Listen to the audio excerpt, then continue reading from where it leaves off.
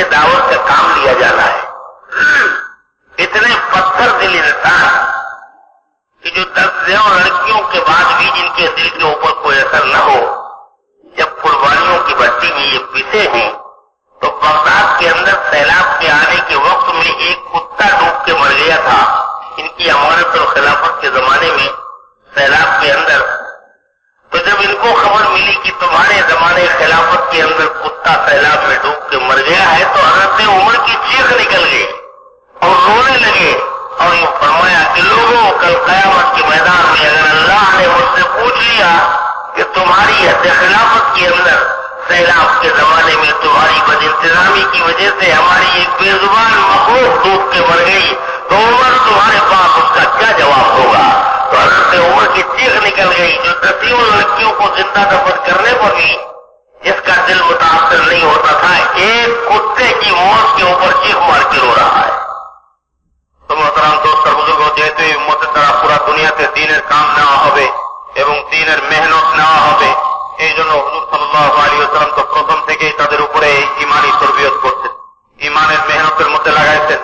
বলেন যে এরকম যাদের তাদের মধ্যে যে কুস্বভাবগুলো ছিল, এই স্বভাবগুলো পরিবর্তন হয়ে এরকম সুস্বভাবের মধ্যে পরিবর্তিত হয়ে গেছে।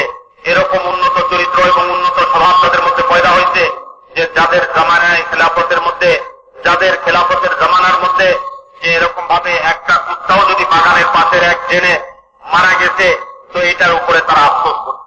যারা আগে এরকম ভাবে নিজের কন্যা সন্তানকে জীবন্ত কবর দিতে কোন প্রকার দ্বিধাদ্বন্দ্ব করেনি, তারা একটা কুকুরের মৃত্যুর উপরে যে দিলের মধ্যে তাদের আফসোস আসছে এবং এটার উপরে তারা যে এরকম ভাবে আফসোস করছেন। তো বলেন যে যখন নাকি এই খবর দেওয়া হলো যে এরকম ভাবে এক বন্যার কারণে, সয়লাবের কারণে, পানির সয়লাবের মধ্যে যে কথা বলতে পারে না এমন এক মখলুক সাধারণ, যে এরকম ভাবে একটা কুকুর যে বাগানের পাশের ওই ড্রেনের মধ্যে পড়ে মারা গেছে, হযরত ওমর রাদিয়াল্লাহু আনহুকে যখন এই খবর দেওয়া হলো, তো হযরত ওমর রাদিয়াল্লাহু আনহু চিৎকার করে কান্না শুরু করে দিলেন। আর বলেন যে এই কথা বললেন যে দেখো যে ওমর, কাল কিয়ামতের দিনে তুমি আল্লাহ পাকের কাছে কি জবাব দিবে যদি আল্লাহ তাআলা এই কথা জিজ্ঞাসা করেন যে ওই অমুক তোমার বদইন্তেজামির কারণে, সুষ্ঠু ব্যবস্থাপনা না থাকার কারণে যে ওই বাগানের পাশ দিয়ে যাওয়া ওই ড্রেনের মধ্যে যে এক কুকুর পড়ে মারা গেল, পানিতে ডুবে মারা গেল, আর তোমার এই সুষ্ঠু ব্যবস্থাপনা না থাকার কারণে যে তার মৃত্যু হয়ে গেল, এর কারণে কিয়ামতের দিনে তুমি আল্লাহ পাকের কাছে কি জবাব দিবে? তো মোহতারাম দোস্ত বুজুর্গ, যে এরকম ভাবে যারা নিজের সন্তানকে জীবন্ত কবর দিতে পরোয়া করেনি, তারা এক কুকুরের উপরে এরকম আফসোস করতেছে যে ঈমানী এই তরবিয়ত যখন তাদের হয়েছে, বলেন যে আল্লাহ পাকের সামনে তারা এটার জবাবদিহিতার উপরে এতটুকু খেয়াল দিলের মধ্যে আসছে যে ওই রকম খারাপ চরিত্রের লোকগুলো আল্লাহ পাক ঈমানী এই তরবিয়তের মাধ্যমে এত উঁচা মর্তবায় তাদেরকে পৌঁছায়। अब दोस्तों और बुजुर्गों, मक्का मुकर्रमा की कुर्बानियों भरी जिंदगी में जब सिफात पैदा हुई, तो अब अल्लाह के नबी सल्लल्लाहु अलैहि वसल्लम ने मदीने मुनव्वरा तशरीफ लाने के बाद सहाबा को 2 रुखों पर उठाया है मेहनत करने के लिए। 2 बुनियादों पर मेहनत करने के लिए सहाबा किराम रिज़वानुल्लाहि अलैहिम अजमईन को दीन की खातिर उठाया। एक मेहनत जिसको हम मकामी मेहनत कहते हैं और दूसरी मेहनत वो जिसको बैरूनी मेहनत कहते हैं। इन 2 रुखों पर हुजूर सल्लल्लाहु अलैहि वसल्लम ने उम्मत को उठाया। मकामी मेहनत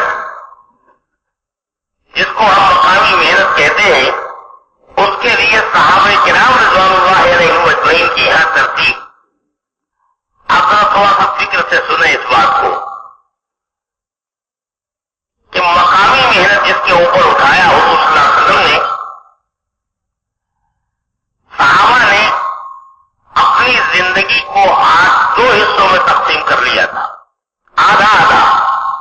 आधा दिन मस्जिद नबवी का और आधा दिन अपने कारोबार का। आधी रात मस्जिद नबवी की, आधी रात अपने बीवी बच्चों की। तो आधी तकसीम की। अब इस आधी तकसीम के अंदर सहाबा किराम रिज़वानुल्लाहि अलैहिम अजमईन जो मस्जिद नबवी के अंदर आधा दिन गुजार रहे और आधी दिन रात गुजार रहे, उसके अंदर सहाबा का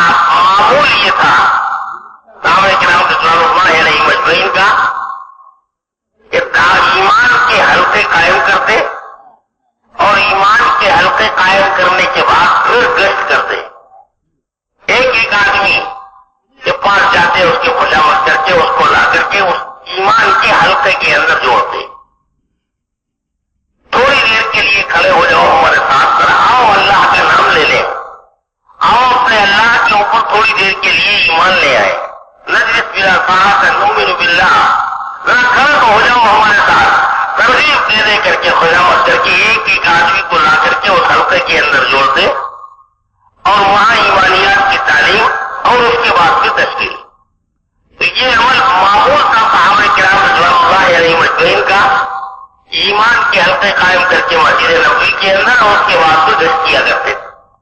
बाजारों में, गलियों में, कूचों में, मस्जिद के माहौल में, मस्जिद के अतराफ में। हज़रत अबू हुरैरा रज़ियल्लाहु तआला अन्हु बाजार में गश्त कर रहे हैं, क्या हो गया बाजार वालों?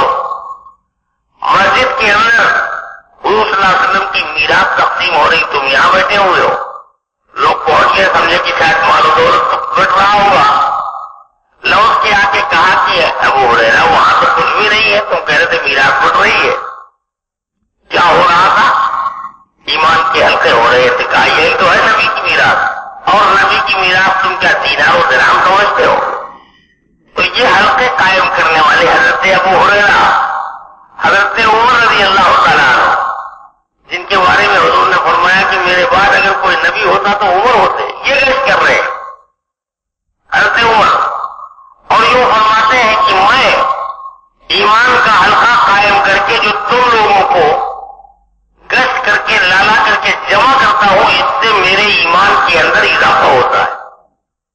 हजरत उबई इब्न काब रईसुल कुर्रा, हजरत अब्दुल्लाह इब्न रवाहा, हजरत मुआज़ इब्न जबल, या जिले सहाबा मामूल था कि मस्जिद के अंदर ईमान का हल्का कायम किया और उसके बाद से गश्त कर रहे हैं। आधा आधा देखा इनकी तरतीब, और आधी रात, हमसे 2.5 घंटा नहीं हो रहा है। तामीर मस्जिद के उन्मान पर जो हमारे बड़े 2.5 घंटा हमसे मांग रहे हैं, तो हमें दोस्तों तो धीरे धीरे पहुंचना वहां पर है जहां सहाबा किराम थे, जहां अल्लाह के नबी सल्लल्लाहु अलैहि वसल्लम ने सहाबा को जोड़ा था, हमको जाना तो वहां तक है। ये 2.5 घंटा तो अधिक वास्ता है कि हमें धीरे धीरे वहां तक पहुंचना है जहां पर अल्लाह के नबी सल्लल्लाहु अलैहि वसल्लम ने सहाबा किराम रज़ियल्लाहु अलैहिम अजमईन को छोड़ा था। तो मोहतरम दोस्तों बुजुर्गों, বলেন যে এরকম মক্কা মুকাররমার মধ্যে 13 বছরের এই মেহনতের পরে যে হুজুর সাল্লাল্লাহু আলাইহি ওয়াসাল্লাম সাহাবায়ে কেরামকে নিয়ে যে মদিনা মুনাওয়ারাতে হিজরত করলেন, সেখানে 10 বছরের মেহনত সাহাবায়ে কেরামকে এই 2 রোকের উপরে আনবার জন্য ছিল। আর বলেন যে মদিনা মুনাওয়ারাতে এই 2 রোকের মেহনতই চালু ছিল। এক তো ছিল মাকামি মেহনত, নিজের এলাকার মধ্যে নিজের মসজিদকে কেন্দ্র করে, আর এক মেহনত ছিল বেরুনি মেহনত, আল্লাহর রাস্তায় বের হয়ে যায় দিনের টাকাটাকে পুরা করার যে মেহনতটা, এই মেহনত ছিল দ্বিতীয় মেহনত। তো বলেন যে মাকামি মেহনতের মধ্যে ওনাদের তরতিব ছিল এরকম যে মাকামি মেহনতের মধ্যে ওনারা তো দিনের বেলা আধা দিন মসজিদের মধ্যে দিতেন, আর আধা দিন ওনারা লাগাইতেন আপনার কারবারের মধ্যে, হালাল ভাবে কামাই করা, রোজগার করা, এই মেহনতটা যে আছে এই মেহনতের মধ্যে আধা দিন লাগাইতেন। আর বলেন যে রাতের মধ্যে আধা রাত মসজিদের মধ্যে আর আধা রাত আপনার পরিবারের কাছে। বলেন যে এই তরতিবের উপরে মদিনা মুনাওয়ারাতে যায় এক মেহনত, এই 2 রোকের 1 রোকের মেহনত, মাকামি মেহনতকে ওনারা চালু করলেন। এবং মাকামি মেহনতের মধ্যে মসজিদকে কেন্দ্র করে যে আধা দিন এবং আধা রাত ওনাদের কাটত, এই মসজিদের মেহনতটার মধ্যে ওই তরতিবকে উনি বাতাইছেন যে মদিনা মুনাওয়ারার এই মসজিদের মধ্যে যে নিয়ম ছিল যে ওনারা মসজিদের মধ্যে যে এরকম ভাবে আমলের পরিবেশ কায়েম করতেন, ইমানের হালকা কায়েম করতেন। তো বলেন যে ওই ইমানের হালকাটা কায়েম করবার পরে যে ওনারা এরকম ভাবে বাইরে যায় গলি গলিতে, যে এরকম ভাবে মসজিদের আশেপাশে, বাজারে, বলে যে বিভিন্ন জায়গার মধ্যে যে মানুষকে দাওয়াত দিয়ে দিয়ে ওই ইমানের মজলিসের মধ্যে আনবার জন্য, ইমানের মজলিসের মধ্যে নিয়ে এসে তাদেরকে বসাইয়া যে এরকম ভাবে ইমানের কথা তাদেরকে শোনাইবার জন্য মেহনত করত।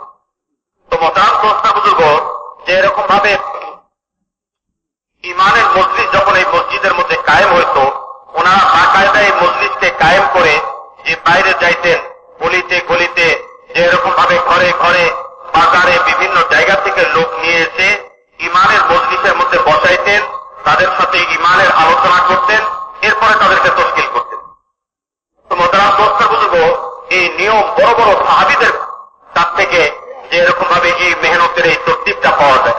যে এরকম ভাবে হযরত ওমর রাদিয়াল্লাহু আনহু যে উনি যায় বাইরের লোকদেরকে নিয়ে এরকম ভাবে মসজিদের মধ্যে আসতেন। আর বলেন যে হযরত আবু হুরায়রা রাদিয়াল্লাহু আনহু বাজার থেকে লোকজনকে নিয়ে আসতেন। তো বলেন যে ওনারা আইনে কি করতেন? হযরত ওমর রাদিয়াল্লাহু তাআলা আনহু তো এরকম নিয়ম ছিল যে ইমানের মজলিস মসজিদের মধ্যে কায়েম করে বাইরের লোকদেরকে দাওয়াত দিয়ে মসজিদের ইমানের মজলিসের মধ্যে বসাইতেন, এবং যার ব্যাপারে হুজুর সাল্লাল্লাহু আলাইহি সাল্লাম বলতেন যে আমার পরে যদি কেউ নবী হইতো তাহলে ওমর হইতো। এই হযরত ওমর রাদিয়াল্লাহু তাআলার মতন বড় সাহাবী উনি কি করতেছেন? ওই ইমানের মজলিসের মধ্যে লোকজনের সাথে ইমানের কথা বলা এবং ইমানের তাওহীদ দেওয়া, ইমানের উপরে যে দাওয়াত দেওয়া, এরপরে উনি বলতেছেন যে এই দাওয়াতের মাধ্যমে আমার দিলের মধ্যে ইমানের উন্নতি সাধন হয়ে যায়, ইমান উন্নত হয়ে যায়, ইমানের তরক্কি হয়ে যায় আমার দিলের মধ্যে। এবং যে সাথে সাথে যে এই মেহনতটা আর কে করতেছেন?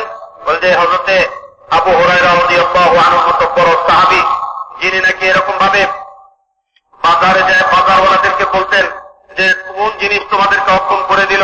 হুজুর সাল্লাল্লাহু আলাইহি সাল্লামের মসজিদে যায় যে এরকম ভাবে হুজুর সাল্লাল্লাহু আলাইহি সাল্লামের মিরাজকে গ্রহণ করাতে, সেখানে হুজুরের মিরাজ অর্থাৎ ন্যায্য সম্পত্তি বন্টন হইতেছে। তো লোকজন বাজার থেকে দৌড়ে আসে দেখতো যে সেখানে ইমানের হালকা। আর বলে যে ফিরে যায় ওনাকে আবার বলতে এই কথা যে আমরা তো এখানে ইমানের হালকা দেখছি, অন্য কোনো কিছু আর দেখি নাই, মাল বন্টন হওয়া তো দেখি নাই।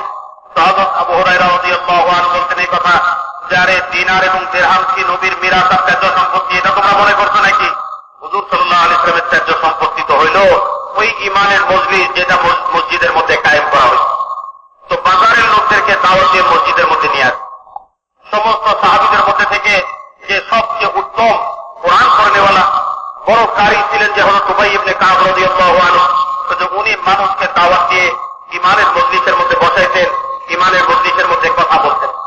আর বলেন যে হযরত মুআয ইবনে জাবাল রাদিয়াল্লাহু আনহু, হযরত আব্দুল্লাহ ইবনে রাওয়াহা রাদিয়াল্লাহু আনহু, এরকম বড় বড় সাহাবী যে এরকম ভাবে বড় জলিলুল কদর সাহাবীরা যেনারা ইমানের মজলিসকে মসজিদের মধ্যে কায়েম করে বাইরের লোকদেরকে এই মজলিসের মধ্যে বসাইতেন, ইমানের দাওয়াত দিতেন। আর মোহতারাম দোস্ত বুজুর্গ, ওনাদের এই দিনের আধা বেলা, দিনের অর্ধেক এই মসজিদকে আবাদ করবার, মকামি মেহনতকে সামনে রেখে মসজিদে আবাদ করবার আর এরকম ইমানি মসজিদ কায়েম করে মেহনত করবার তৌফিক ছিল। রাতের বেলাও আবার আধা রাত্র এরকম মসজিদকে আবাদ করবার এক তৌফিক ছিল। আল্লাহ করে উম্মতের মধ্যে দ্বিতীয়বার আবার ওই একই তরতিবে, ওই একই মেহনতে উম্মতের মধ্যে আবার চালু হয়ে যায়। আজকে তো 2.5 ঘন্টার নামে আমরা এই মেহনতটা করতে পারতেছি না, কত কঠিন মনে হয়েছে আমাদের কাছে। অথচ সাহাবীরা তো আধা দিন আধা রাত যে এরকম ভাবে মসজিদের মধ্যে ওই ইমানি মজলিসকে কায়েম করে আর ওই মেহনতকে পুরা করবার জন্য চেষ্টা করতেন, মেহনত করতেন। তো মোহতারাম দোস্ত বুজুর্গ, মদিনা মুনাওয়ারাতে আসবার পরে প্রথম যোগ যেটা হুজুর সাল্লাল্লাহু আলাইহি ওয়াসাল্লাম ভাবছিলেন সেটাই হইল যে মসজিদকে কেন্দ্র করে মসজিদ আবাদের মেহনত, আর মসজিদকে কেন্দ্র করে ইমানের হালকা, আর মসজিদের বাইরের লোকদেরকে ওই ইমানের হালকার মধ্যে বসে তাদেরকে ইমানের দাওয়াত দেওয়া।